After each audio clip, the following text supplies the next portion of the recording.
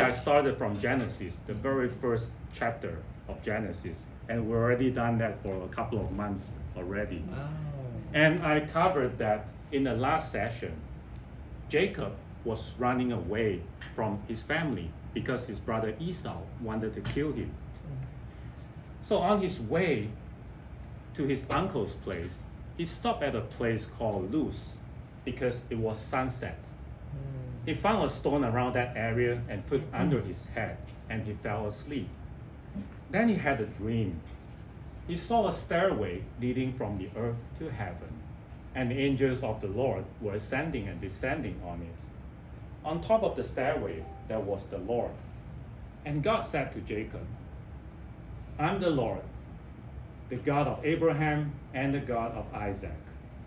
The place you're lying right now, I'll give it to you and your descendants. Your offspring will be like the dust of the earth, and you'll spread out from the north to south and east to west. I'll be with you and watch over you throughout your journey until I bring you back to your father's place. And I will not forsake you until all that I have promised you have been done." Jacob woke up from his dream and he was afraid. He said, "The Lord must be here. How awesome is this place? This is none other than the house of God." The next morning, he took the stone that he laid his head and built it into a pillar. Then he poured some oil onto it, and he called the place Bethel. It means the house of God. And he made a vow and said, "If the Lord will be with me throughout my journey until I go back to my father's place, then I'll make the Lord my God, and I'll make this place the house of God. I'll also give 1/10 of all that I receive from the Lord." Jacob continued his journey, and finally he had reached the place of the eastern people. At the place, he saw there's a well in the middle of the field, and there's 3 flocks of sheep surrounding the well because they were watered from the well.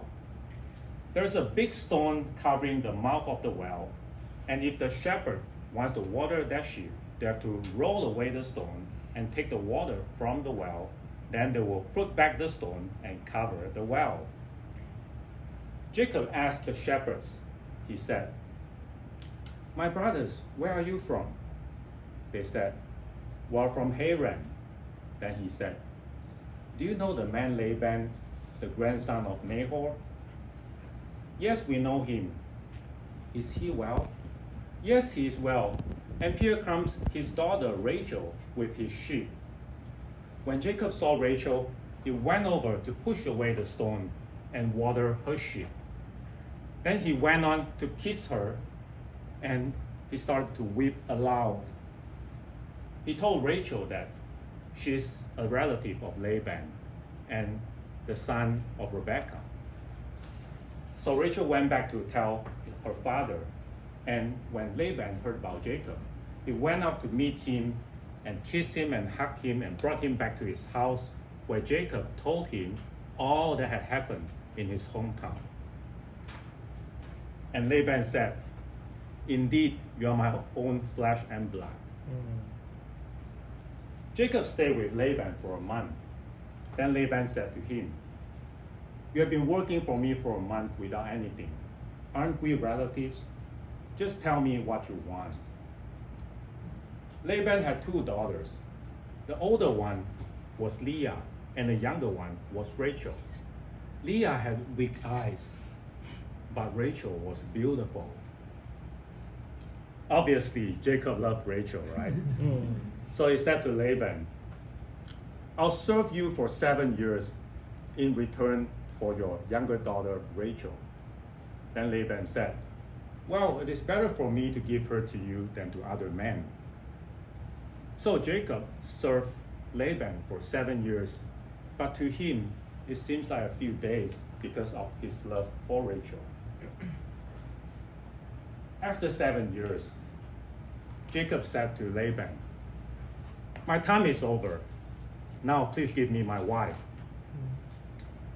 So Laban gave a big feast and invited all the people around that area. But in the evening, he brought Leah to Jacob, and Jacob slept with her. The next morning, Jacob realized it was Leah. And he went to Laban and said, "What is this you have done to me? I served you for Rachel, not Leah. Why have you deceived me?" And Laban said, "Well, you see, it's not our custom here to marry the younger daughter before the older one. Please complete the bridal week with Leah. Then I'll give you Rachel. But you have to serve me for another 7 years." Jacob had no choice but to accept it. So after 7 days, Jacob married Rachel, but he continued to serve Laban for 7 years. My friends, you remember Jacob cheated his brother twice? You see, now his karma came. The next meeting, I'm going to share about how Jacob coped with 2 wives. Come to ICTC if you want to know more. Thank you.